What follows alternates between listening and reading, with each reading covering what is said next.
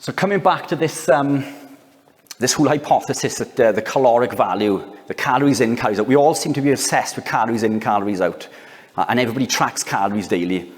And as I said earlier, it's not the calories that cause us to store fat, it's the endocrine system.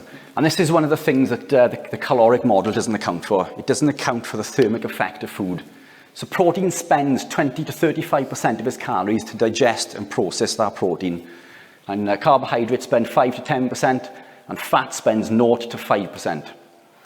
So if you remember earlier, this is sort of the general eat well plate. This is the volume of nutrients that we're consuming. So it's high in carbohydrates, medium amount of protein, and little to no fat.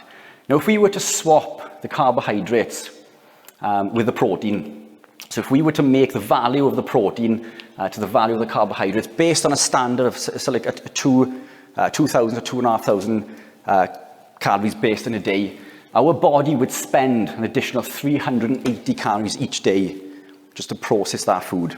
So this isn't even accounting for ketogenesis or anything else. This is purely down to the thermic effect of food.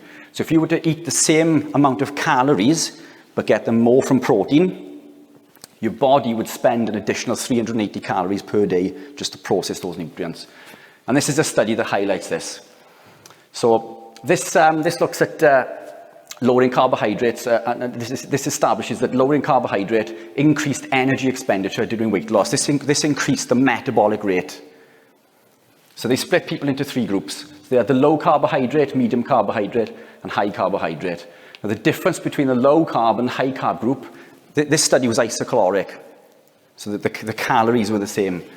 The amount of calories, the difference in the amount of calories spent was 278 between the high carb and the low carb group. So if we were to look at 278, if we were to play the caloric model at their own game and look at, they look at it as based on sort of 3,500 calories to gain or to lose a pound of fat. So if we were to play that at their own game, that 278 calories multiplied by 365 is 28 pounds. So if I was to clone myself and I was to put my other self on a high carb diet and I was to maintain on a low carbohydrate diet to the same caloric value, my other self would have to work off the better part of 2 stone just to be in the same position I am for not doing any work. Now that 3,500 sort of calorie per pound is rubbish, but this is just highlighting the fact that when we play it at their own game, that we're still able to burn sort of considerably more energy. We're able to increase our metabolic rate. So gluconeogenesis. This is probably the second biggest thing that I see in the Facebook groups and things. People are limiting their protein in fear of an elevation in insulin, resulting in them being pulled out of a ketogenic state. And that comes from gluconeogenesis. So gluconeogenesis is the conversion of protein and lipid into glucose. And as I just said, many fear that too much protein will pull them from a ketogenic state. However, this is false. Gluconeogenesis is demand-driven. It only happens when the body needs it to. So don't fear your protein. Protein is the most important macronutrient. So one for the athletes and anybody that trains in the room. So I can't build muscle without carbs. I don't eat carbs. I may not be the biggest person in the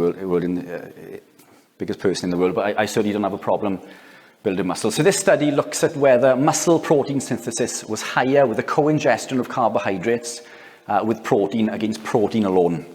So basically, they measured the volume of protein and carbohydrates being consumed and seeing if the effect on building muscle was higher in the presence of carbs against 0 carbs and just protein. And the results found that the effect on insulin, even though there was an elevation in insulin from the glucose, the results found that consuming carbohydrates along with protein did not improve muscle protein synthesis at all compared to the co-ingestion the ingestion of protein alone. So carbohydrates are not required to build muscle.